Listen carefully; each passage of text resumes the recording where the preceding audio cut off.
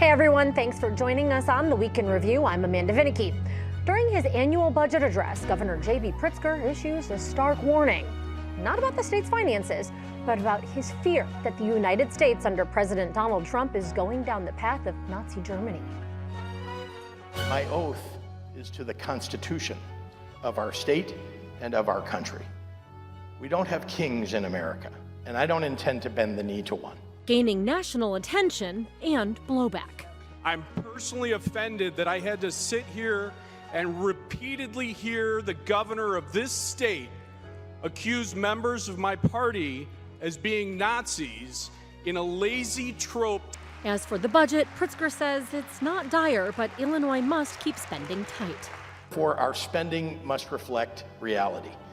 We have to live within our means. Republicans call hogwash. We just heard a whopper of a budget, $55.4 billion, 37% increase. That's the largest budget the state has ever seen. Unknown yet, the impact of federal cuts. Illinois workers, including university professors, push back on firings and canceling clinical research. These activities include stopping the development and spread of disease, protecting people from environmental and occupational hazards, and effectively responding to public health emergencies. Meanwhile, a proposal to lower the speed limit on Chicago streets hits the brakes.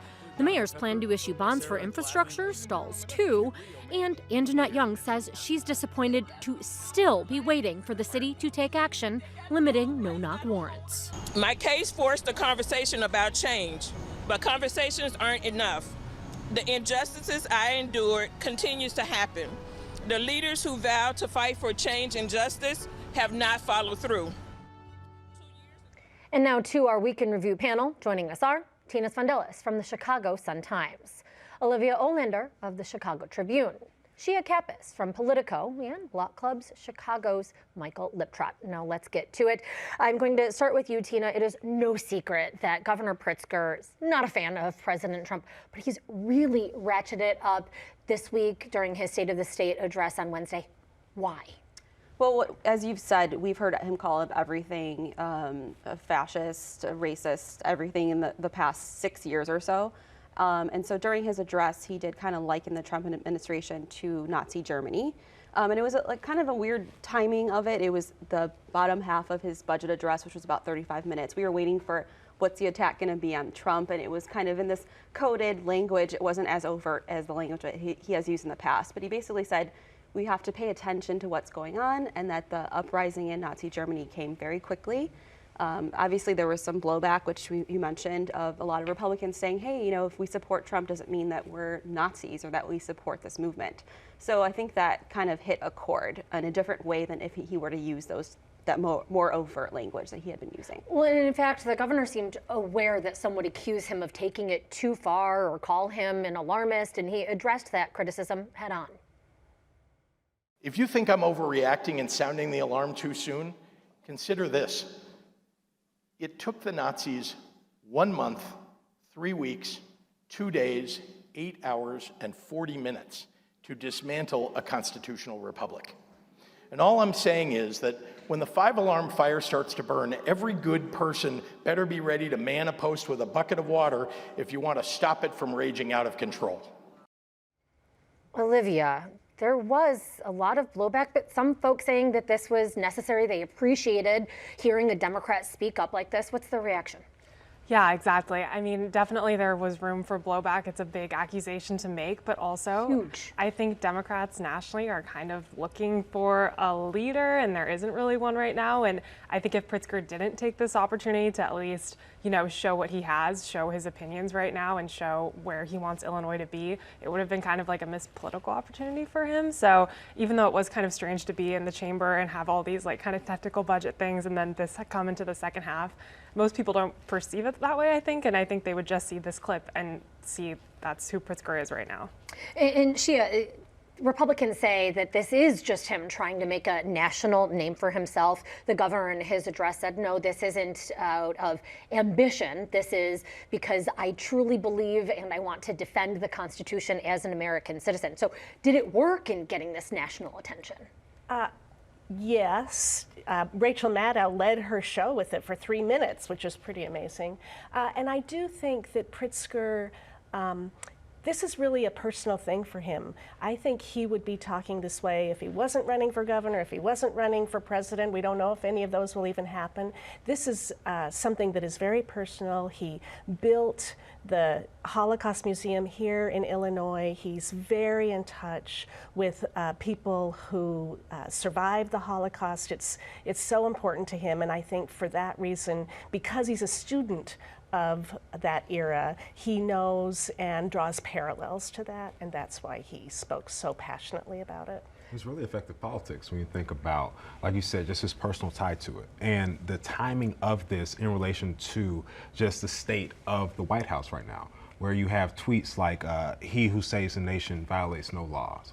And this week, having a tweet equating Trump to a king and a photo of him wearing a crown, and seeing in history when you see democracies devolve into, or appearingly devolve into what people can view as a regime that's against democracy. And under that mantle, it would be malpractice to not speak out. But Michael, could this backfire on Illinois already? Again, I said earlier that the governor, not a fan of Trump, but it works in the reverse as well. So is this sort of unnecessarily putting Illinois in the crosshairs of an administration that has no gumption against sort of taking revenge on those who speak out? I think Pritzker's made it very clear that he's willing to fight that fight when it comes to the lawsuit that the Trump administration has leveled against the state and sanctuary cities. When it comes to ICE being here, I think this is a battle that's already going on. So I view this really as just another step in this struggle between the state and the nation, given just this current state of affairs when it comes to our national politics.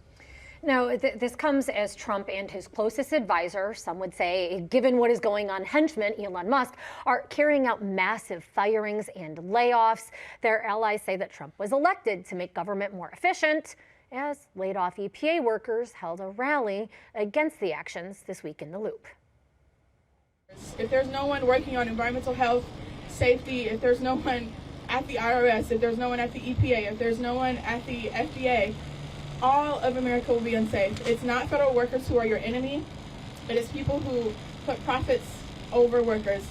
It is people who put profits over the American people. That is your enemy. The government is not supposed to be a job creator. Government is supposed to create an environment for private business to flourish. The more government agencies that we have, there's going to be more burden on the taxpayers. And that Representative Cabello there, sponsor of a measure that would implement something along the lines of DOGE in Illinois. Now, Shia, this is generally in Washington, D.C., this focus of the mass layoffs, but it's very much hitting Illinois as well. How? Well, we've heard of EPA workers being laid off. I've heard of IRS people being let go. I think we're going to hear more and more. It's going to be trickling out. I imagine in the summer we're going to hear lots of stories about people going to see national parks and having to wait in line for hours and hours because they've, let go of parks people. So even taking the mail. There's news now that the Postal Service, Trump wants to sort of redo it. Though there are criticisms about the mail, so people. What are you going to be watching for, Tina? As somebody who was in Washington, knows the federal bureaucracy and its very wide tentacles. As that is constrained, there's so much talk about short-term impact and rehirings, but what about the long-term? Well, first of all, I think we're all getting emails from these employees who want to talk to us, so that's an interesting perspective for reporters. You're hearing stories about people who are walking in and just being told that they don't have jobs. And I know that they hit a lot of people who are kind of newer hires, but still there's highly qualified people, and they're not always related to the political status of the president. So it's not that he's creating a whole new government in which we just don't know what to predict. So I'd be watching the lawsuits of what's happening and also how it will impact our everyday lives, the FAA, the CDC. Tax filing season, 7,000 jobs cut at the IRS in the middle of a I've tax been filing on the season. phone with IRS before, and it's like an hour hold, and then someone hangs up on you, and that was last year. So I just can't imagine how much worse it's going to get. It's definitely interesting when thinking about DOGE, especially with just the current state of the White House now, where what is said versus what is done can be two very different things. NBC came out with a report showing that Trump and Musk they really boasted about a line item and cutting an $8 billion contract with the Department of Homeland Security. And reporters looked into it, turned out it was $8 million. So you can have 1,000-time inflation or exaggeration of what truly a cost cutting is. So when it comes to these buyouts, where you have 75,000 federal workers accept the buyout, only for many of them to be laid off anyway as a mistake, it's a mess when it comes to DOGE nationally. So people can only imagine what that's going to be like for the state of Illinois. Potentially a lot of waste, as well as you have USAID closing down and just food rotting because there are no longer workers to dispense of it. Really, this is so very huge. I would like to go back to Pritzker here, especially as it relates to these actions in the federal government, because you are seeing, of course, the question of how much money could Illinois be cut from the federal government. Olivia, we spent, again, 35 minutes or so. There's a several hundred pages budget book that reporters are scouring, and the governor's office of management and budget spent months putting together. Is this all a futile exercise, given that Illinois doesn't know what it's looking at when it comes to federal budget cuts? It certainly feels like it could be a futile exercise if those massive cuts happen. I mean, if Illinois starts to lose all this funding, even though it doesn't all directly go into the fund that we're talking about, it would cause a lot of chaos. It would make things very, very hard. It would make it very hard to deal with all the problems that the governor said that he wants to deal with this year. It would make it impossible if at a certain level. There are definitely concerns about Medicaid in particular. I know that's one thing that a lot of advocates are specifically stressed about right now, but in general, yeah, this is a budget proposal based on contracts and agreements that are in place now that are just being assumed to go forward because, you know, there's nothing you can really predict in this administration, but yeah, there is a chance that there could be a lot more chaos down the road. So what are the highlights, Tina, from what we do know in terms of this budget and what the governor at least is hoping that the legislature will accept? We do know it's a $55.2 billion budget, which is a lot of money, and it is the largest state budget in state history. So despite him saying that he is trying to be judicious about making cuts and is not going to be introducing new programs, you're still seeing a swelling budget every year. Which the Republicans are not very happy about. There was an increase in funding to education, $350 million, which we've been seeing every year. Some cuts were for undocumented adults aged 42 to 64. There's a program that was cut that was helping them with health care, and that was saving the state about $400 million.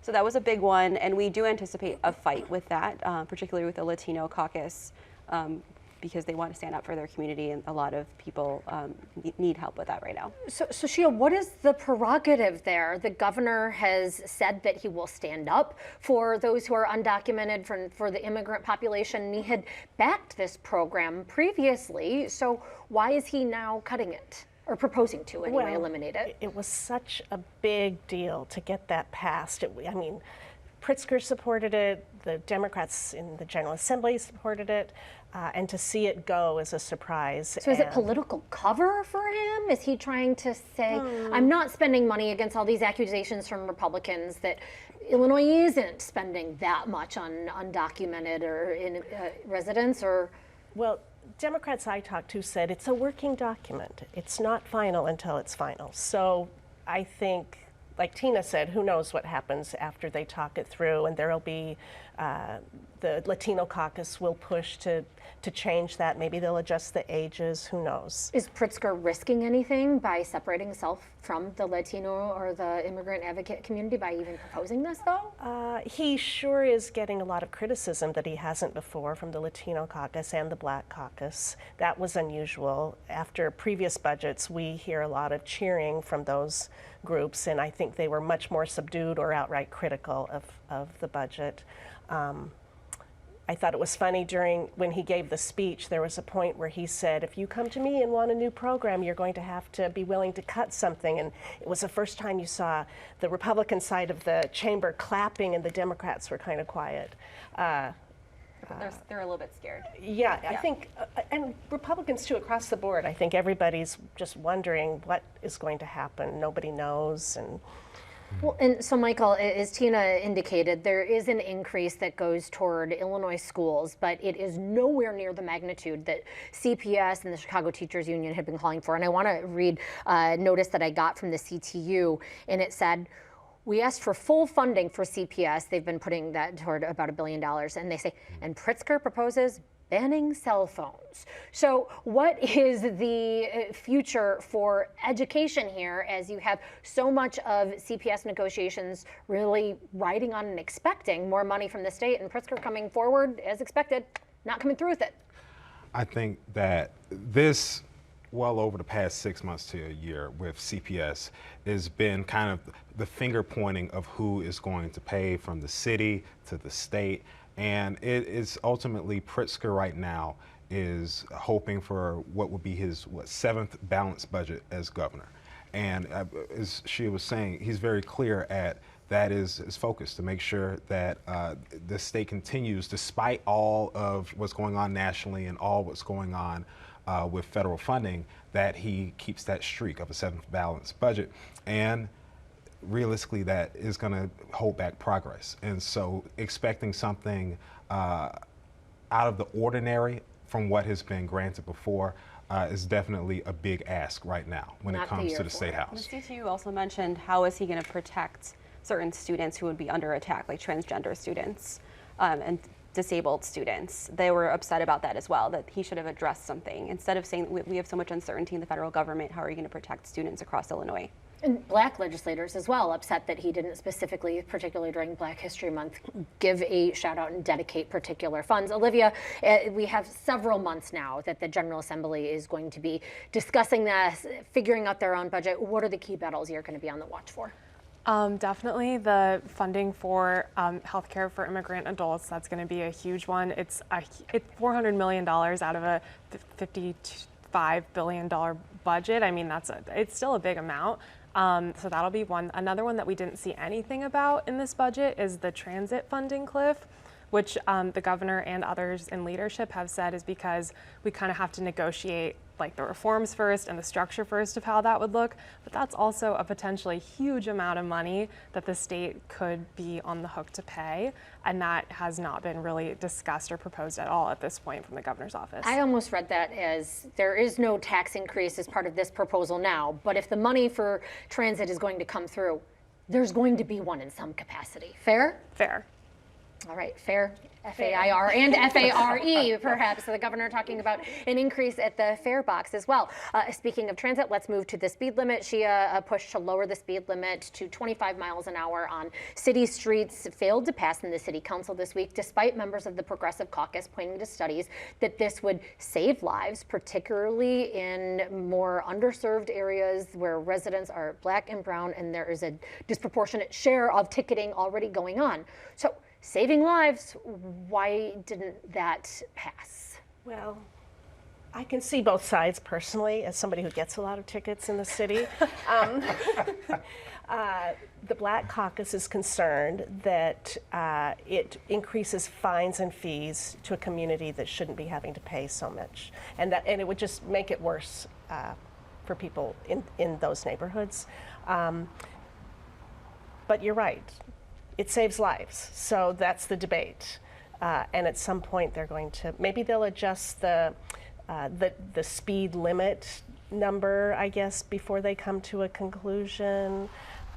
Is this the last of this then, or you think? Oh no, I think that it'll be back. They'll be talking about it more. They have it in Boston and New York. I feel like we tend to float things and then kind of take a long time to get them done. Yeah. Yeah. I also think in general, anything that people really notice is something that lawmakers are more hesitant to do. Everybody knows, the speed limit. It's something that's really touchable and quick. Right.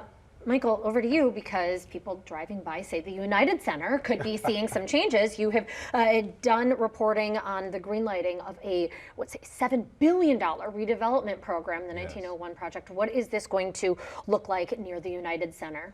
So the 1901 project is a multi-stage, 6-stage redevelopment of the parking lot surrounding the United Center. So since around mid-2022 upwards, the owners of the United Centers, the Reinsdorf and Wirtz family, spent around $45 million buying up a lot of those parking lots that were going around the center, just with the rise of Uber, Lyft, and rideshare. And so now they're looking to turn that into a multi-purpose center, more so an area that has entertainment, housing, hotels, retail space, to where if you go to the United Center, not even for a sporting event, there's more than enough for the family to do. So this is going to be opposite of pave paradise, put up a parking lot, but is there going to be gentrification concerns? There is definitely room for it. And so right now there is a dedicated effort, as I understand, to affordable housing beyond just that area, and then within the city's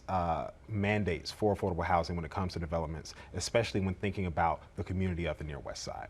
Because a lot of the parking lots, especially when you go past the parking lots, those communities have been there for a long time. And wanting to understand, will people be able to gel when it comes to just this development? Because from now to around 2040 is expected to be the time period for this. So this is going to be a long time. They just got approval from City Council on Wednesday to move forward with the first stage. That's going to go until around 2028. And it's just going to be a long haul for the United Center. A long haul, lots of changes. Speaking of long haul, Olivia, People's Gas has been working for more than a decade replacing pipes, to the consternation of consumer groups who say it's taking too long, costing way too much money. The ICC, the Illinois Commerce Commission, that is, out with a ruling, and consumer advocates are claiming victory, but People's Gas also says, oh wait, it could increase costs for consumers. Explain. Yeah, so this is something that's been going on for years now, and it's a project that's already over budget, and we're not even like the amount, a fraction done. So this ruling says you have to get it done in I think 10 years, in the next 10 years, and you have to get it done in that time period, but prioritize the things that really need to get done. These are pipes that need to be replaced, but they're not satisfied at all with the speed that it's going at this point. And we don't have good answers for why the most at-risk pipes weren't replaced in the first place, or do we? Not as far as I know. Not as far as I know either. I think People's Guessing it would be more disruption across multiple neighborhoods, but still lots of frustration. Now, Tina, we are approaching the 3-year anniversary that will be Monday of when Russia invaded Ukraine. You have spent some time reporting in Illinois, in Chicago's communities that have many Ukrainian residents, including thousands of refugees, wondering about their future. Yes, I talked to some Ukrainian Chicagoans right when Trump was taking office, and they were hopeful. They thought, you know, he did say, I will end the war in one day. Not sure. The joke is, what day is that? But it's, you know, it has not improved. They are very fearful. President Zelensky's very upset this week, obviously, because there's been a meeting between Vladimir Putin and Trump looking very friendly with Russia, and him being completely shut out, like very frustrating to not be in a meeting about your own country. So he's sounding the alarm, and you're just seeing the tensions are building. The relationship between President Zelensky and Trump is very, very harmed, and we got to see what happens with that. And very many questions, as you noted, yes, in Chicago's communities with many Ukrainians. Before we end the program, we want to also give a note of condolences to the loved ones of former Cook County Commissioner Jerry the Iceman Butler. He was an R&B and soul musician who passed away, and you'll be able to read more about him on the WTTW website and check out our Instagram feed as well. You'll maybe be able to hear some of his tunes. With that, we are out of time. So our thanks to Tina Svandelis, Olivia Olander, Shia Kapos, and Michael Liptrot. We will be back to wrap things up right after this. Tonight's presentation of Chicago Tonight, Week in Review, is made possible in part by Ann and Rich Carr, BNSF Railway, Francine and Dr. Anthony Brown, and the Mullenhour Progressive Philanthropic Fund in honor of Ida Mullenhour, supporting quality journalism.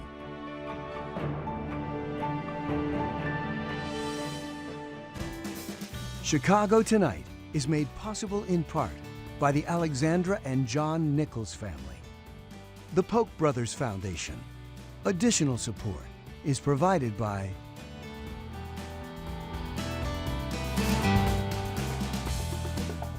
And that is our show for this Friday night. As we discussed this evening, federal workers are experiencing layoffs, buyouts, and changing policies. If you're one of them, we'd like to hear from you. If you have a story to share or just want to pass along your contact information, visit our website, WTTW.com/news. Now for the Week in Review, I'm Amanda Vinicky. Thanks for watching. Stay healthy and safe. Have a good night. Enjoy the warming weekend temperatures. Now, Michael, we've spoken about anniversaries. It is now 6 years since Anjanette Young was home, changing, and police wrongly broke really into her home. She says, what is the deal? What is taking so long? Mayor Johnson promised change, and it still isn't happening. There definitely seems to be a standoff between the legislation that they want to introduce, Johnson's support of it, and this week coming out saying that they are behind it, but also the fact that CPD has to also sign on. And a complete ban of no-knock warrants is going to be tough. So seeing what level, what conditions will be palatable to the police force, especially thinking about not only is this 6 years past this raid, but what all has come since then. Breonna Taylor, the firing of the CPD sergeant that was behind the raid. So it's a lot for people to keep in mind. And do you know what the holdup is at this point? It has been 6 years, just getting the CPD to sign on. Doesn't the superintendent act when the mayor says, this is what I want? Closed captioning is made possible by Robert A. Clifford and Clifford Law Offices, a Chicago personal injury and wrongful death firm that is proud to be a multilingual law firm that provides translators for a variety of languages.